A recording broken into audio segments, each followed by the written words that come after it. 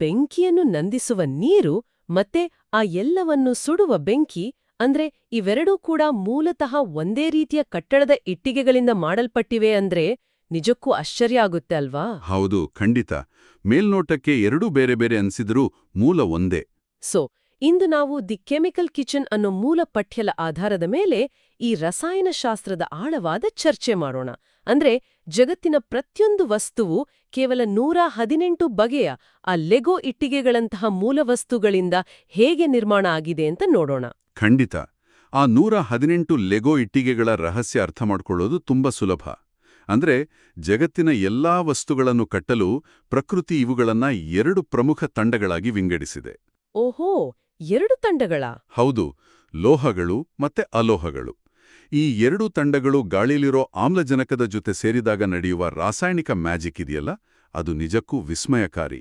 ಹಾಗಾದ್ರೆ ಈ ಲೆಗೋ ಆಟ ಶುರು ಮಾಡೋಣ. ಮೊದಲು ಈ ಲೋಹಗಳ ತಂಡದ ಬಗ್ಗೆ ಹೇಳಿ. ಅಂದ್ರೆ ಈ ಲೋಹದ ಲೆಗೋ ಇಟ್ಟಿಗೆಗೆ ಆಮ್ಲಜನಕದ ಲೆಗೋ ಇಟ್ಟಿಗೆ ಸೇರ್ಸಿದ್ರೆ ಏನಾಗುತ್ತೆ? ಇದನ್ನ ನಾವು ಒಂದು ಸಣ್ಣ ಪ್ರಯೋಗದ ಮೂಲಕ ನೋಡ್ಬೋದು. ನೋಡಿ, ಮೆಗ್ನೀಷಿಯಂ ಅನ್ನೋ ಲೋಹದ ರಿಬ್ಬನ್ ಅನ್ನು ಬೆಂಕಿ ಹಿಡಿದಾಗ ಏನಾಗುತ್ತೆ ಅಂದ್ರೆ ಅದು ನಮ್ಮ ದೀಪಾವಳಿ ಪಟಾಕಿಯ ಸುರುಸುರಬತ್ತಿ ತರ ಕಣ್ಣು ಕೋರಿಸುವ ಬಿಳಿ ಜ್ವಾಲೆಯೊಂದಿಗೆ ಉರಿಯುತ್ತೆ. ಅರೆ ಹೌದಾ? ಪಟಾಕಿ ತರ ಉರಿಯತ್ತಾ? ಹೌದು. ಇಲ್ಲಿ ಆಗೋದೇನು ಅಂದ್ರೆ ಶಾಖದ ಕಾರಣದಿಂದ ಮೆಗ್ನೀಷಿಯಂ ಲೆಗೋ ಇಟ್ಟಿಗೆಗೆ ಆ ಗಾಳಿಯಲ್ಲಿರೋ ಆಮ್ಲಜನಕದ ಲೆಗೋ ಇಟ್ಟಿಗೆ ಬಲವಾಗಿ ಅಂಟ್ಕೊಳ್ಳುತ್ತೆ. ಓಕೆ. ಪರಿಣಾಮವಾಗಿ ಮೆಗ್ನೀಷಿಯಂ ಆಕ್ಸೈಡ್ ಅನ್ನೋ ಒಂದು ಹೊಸ ಆಕಾರದ ಬಿಳಿ ಪುಡಿ ಸೃಷ್ಟಿಯಾಗುತ್ತೆ. ಕಾಗದ ಸುಟ್ರೆ ಕಪ್ಪಾದ ಬೂದಿ ಬರುತ್ತೆ. ಆದ್ರೆ ಇದು ಬಿಳಿ ಪುಡಿ ಆಗೋದು ತುಂಬಾನೇ ಆಸಕ್ತಿದಾಯಕವಾಗಿದೆ. ಸರಿ, ಈ ಪುಡಿ ರುಚಿಗೆ ಹೇಗಿರುತ್ತೆ? ಹುಳಿಯೋ ಅಥವಾ ಒಗರೋ? ಇಲ್ಲೆಲ್ಲ, ಇದನ್ನ ನೇರವಾಗಿ ರುಚಿ ನೋಡುವಂತಿಲ್ಲ. ಬದಲಾಗಿ ನಾವು ರಸಾಯನಶಾಸ್ತ್ರದ ಲಿಟ್ಮಸ್ ಪರೀಕ್ಷೆ ಮಾಡಬೇಕು. ಅಂದ್ರೆ ಆ ಬಣ್ಣ ಬದಲಾಗುವ ಕಾಗದದ ಪರೀಕ್ಷೆ ಅಲ್ವಾ? ನಿಖರವಾಗಿ. ಈ ಬಿಳಿ ಪುಡಿಯನ್ನ ನೀರಿನಲ್ಲಿ ಕರಗಿಸಿ ಕೆಂಪು ಲಿಟ್ಮಸ್ ಕಾಗದವನ್ನು ಅದರಲ್ಲದ್ದಿದಾಗ ಆ ಕಾಗದ ನೀಲಿ ಬಣ್ಣಕ್ಕೆ ತಿರುಗುತ್ತೆ. ನೀಲಿ ಬಣ್ಣಕ್ಕೆ ತಿರುಗಿದ್ರೆ ಅದರ ಅರ್ಥ ಏನು? ನೀಲಿ ಬಣ್ಣಕ್ಕೆ ತಿರುಗಿದ್ರೆ ಆ ವಸ್ತುವು ಪ್ರತ್ಯಾಮುಲೀಯ ಅಂದ್ರೆ ಬೇಸ್ ಗುಣ ಹೊಂದಿದೆ ಅಂತ ಅರ್ಥ. ಬೇಸ್ ಅಂದ್ರೆ ಈ ಸಾಬೂನಿನ ತರ ಜಾರುವ, ಸ್ವಚ್ಛ ಮಾಡೋ ಗುಣ ಇರೋ ವಸ್ತುಗಳು. ಓಹೋ, ಅಂದ್ರೆ ಬಹುತೇಕ ಎಲ್ಲಾ ಲೋಹಗಳು ಹೀಗೇ ವರ್ತಿಸ್ತವ? ಹೌದು. ಆಮ್ಲಜನಕದೊಂದಿಗೆ ಸೇರಿದಾಗ ಬಹುತೇಕ ಹೀಗೆ ವರ್ತಿಸುತ್ತವೆ. ಆದ್ದರಿಂದ ಲೋಹಗಳನ್ನ ನಾವು ಟೀಮ್ ಬೇಸ್ ಅಂತ ಕರಿಬಹುದು. ಅರ್ಥವಾಯ್ತು. ಲೋಹಗಳು ಉರಿದಾಗ ಬೂದಿಯಾಗುತ್ತೆ, ಮತ್ತೆ ಅವು ಟೀನ್ ಬೇಸ್. ಹಾಗಾದ್ರೆ ಜಗತ್ತಿನ ಎಲ್ಲಾ ವಸ್ತುಗಳು ಸುಟ್ಟಾಗ ಹೀಗೇ ಬೂದಿ ಬಿಡುತ್ತವಾ? ಈ ಅಲೋಹಗಳ ಕಥೆಯೇನು? ಇಲ್ಲೇ ಇರೋದು ಅಸಲಿ ರಹಸ್ಯ. ಅಲೋಹಗಳ ಸ್ವಭಾವ ಸಂಪೂರ್ಣ ವಿರುದ್ಧವಾಗಿದೆ. ಉದಾಹರಣೆಗೆ, ಹಳದಿ ಬಣ್ಣದ ಸಲ್ಫರ್ ಪುಡಿಯನ್ನ ಕಾಯಿಸಿದಾಗ ಅದು ಬೂದಿಯಾಗೋದಿಲ್ಲ. ಮತ್ತೇನಾಗುತ್ತೆ? ಕರ್ಗೋಗ್ತಾ? ಇಲ್ಲ, ಬದಲಾಗಿ ಆ ಸಲ್ಫರ್ ಲೆಗೋ ಇಟ್ಟಿಗೆ ಆಮ್ಲಜನಕದ ಜೊತೆ ಸೇರಿ ಘಾಟು ವಾಸನೆ ಇರೋ ಸಲ್ಫರ್ ಡೈಆಕ್ಸೈಡ್ ಅನ್ನೋ ಹೊಗೆ ಅಥವಾ ಅನಿಲವಾಗಿ ಬದಲಾಗುತ್ತೆ. ಅರೆ, ಒಂದು ಬೂದಿಯಾಯ್ತು, ಮತ್ತೊಂದು ಹೊಗೆಯಾಯ್ತು.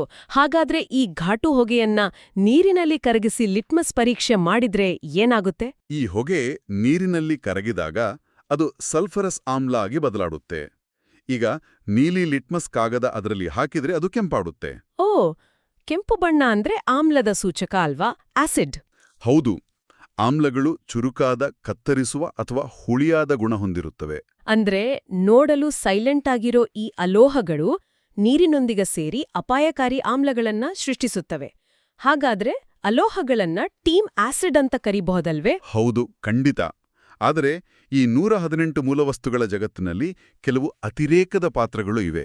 ಅತಿರೇಕದ ಪಾತ್ರಗಳ ಅಂದ್ರೆ ವಿಲನ್ ತರನಾ?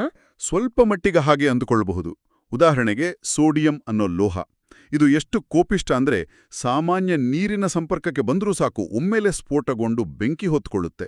ಅರೆ, ನೀರು ತಾಗಿದ್ರೆ ಬೆಂಕಿ ಹೊತ್ಕೊಳ್ಳುತ್ತಾ? ಹಾಗಾದ್ರೆ ಇದನ್ನ ಸುರಕ್ಷಿತವಾಗಿ ಇಡೋದು ಹೇಗೆ?